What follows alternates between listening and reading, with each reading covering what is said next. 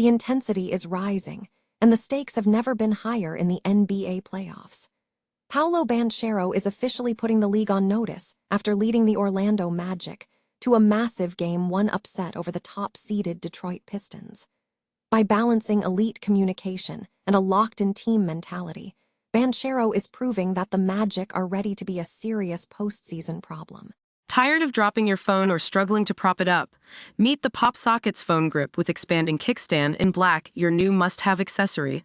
Don't miss out. Grab yours today. Click the link in the video description to shop now on Amazon. Meanwhile, in Dallas, the Mavericks are currently under the microscope as they search for answers to their ongoing playmaking struggle. With the roster currently in a state of flux, analysts are diving deep into how the organization can stabilize their offensive rotation and get back to their winning ways before the next season kicks off. Could the answer to the Mavericks' shooting woes already be on the roster in the form of John Poulakidas? This under-the-radar shooter has been turning heads with his elite three-point efficiency, and his recent breakout performance suggests he might just be the perfect bench weapon to help Dallas fix their biggest offensive weakness. Finally, we are looking ahead to the future with the Dallas Mavericks mock draft scenarios as they eye a potential top 4 pick. With stars like Caleb Wilson and Ebuka Okorie in the conversation, the team is looking to revitalize their core and build around Cooper Flag. Make sure to like this video and subscribe to the channel with notifications turned on so you never miss an update. If you thought the Orlando Magic were just happy to be here, Game 1 against the top-seeded Detroit Pistons just served you a major reality check.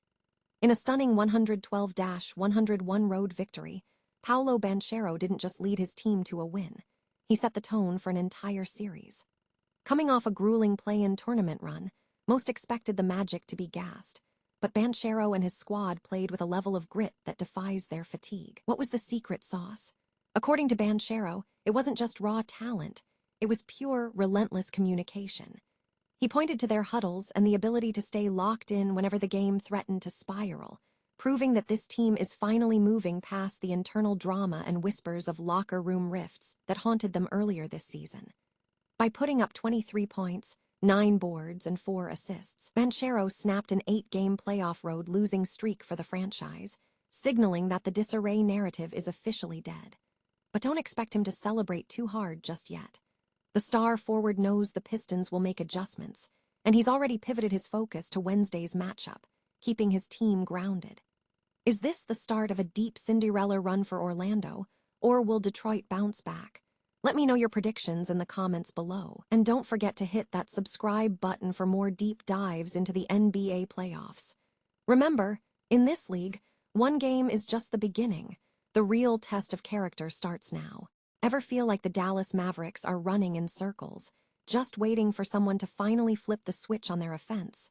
Look, we all see the potential, but the playmaking struggle is real, and it is arguably the biggest hurdle standing between them and a championship run. The good news: this isn't a dead end. This problem is absolutely solvable, but it requires a shift in how they distribute the load. It is easy to point fingers at the stars, but when you look closer, it's about the spacing and the rhythm of the bench unit that really stalls the engine. The Mavericks have the talent, but they need to stop relying on individual brilliance to bail them out of stagnant possessions. By refining the rotation and injecting a bit more secondary playmaking off the catch, they can turn these messy outings into a well-oiled machine. It's time to move past the hero ball and start trusting the system. If you enjoyed this breakdown, make sure to hit that subscribe button and ring the bell so you never miss an update on the Mavs' journey this season. After all, a championship isn't won by one player. It is won by the team that learns how to move the ball and themselves in sync. From NBA Finals contenders to the draft lottery in just 2 years, the Dallas Mavericks have had a rough ride lately, and frankly, it's not the standard this franchise should be setting. We know the roster needs a major overhaul to get back into the playoff mix, but if you look at their biggest Achilles heel, it's clearly the perimeter shooting. While we expect a boost from Kyrie Irving's return and a natural year 2 leap from Cooper Flag, relying on the stars alone isn't going to cut it. You need reliable depth, and surprisingly, the Mavs might have accidentally found a secret weapon sitting right under their noses. Late in the season, Dallas made a series of roster moves, waiving Tyus Jones and opening up two-way spots that led them to sign Tyler Smith and John Poulakidas. Now, let's talk about Poulakidas, because this guy has been turning heads. In his brief 13-game audition, he put up nearly 9 points a night while shooting over 40% from deep. I know. Some of you will say these were meaningless late-season games, but hear me out. The kid proved he has the green light. A 28-point explosion against the Bulls and hitting 8 threes in that same game. That's not just luck, that's elite shot-making gravity. Consider the context. The Mavericks finished 29th in the league for three-pointers made this season. That is an abysmal stat for a team with championship aspirations. If they want to climb back into contention, they need to inject life into that rotation. Having a lefty sniper like Poulakidas coming off the bench for 10 minutes of pure floor spacing could be the difference between a win and a loss in a tight game. Now, the roster math is tight.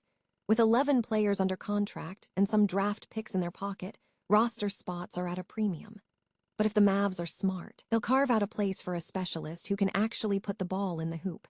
Do you think Poulakidas is the real deal or just a late-season fluke? Drop a comment below, hit that subscribe button, and follow us on X for all the latest Mavs updates.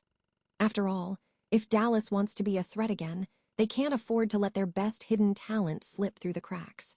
Imagine this. The ping-pong balls bounce perfectly, and the Dallas Mavericks skyrocket all the way to the 4th overall pick in a loaded draft class. It sounds like a dream, right? But with the draft lottery just weeks away, the reality is that the Mavs are standing at a massive crossroads. This is the last year Dallas controls their own destiny before 2031, so they can't afford to miss. In our latest mock draft simulation, Dallas lands at number 4, and suddenly the strategy shifts. Without a shot at the top 2 superstars, the board gets messy.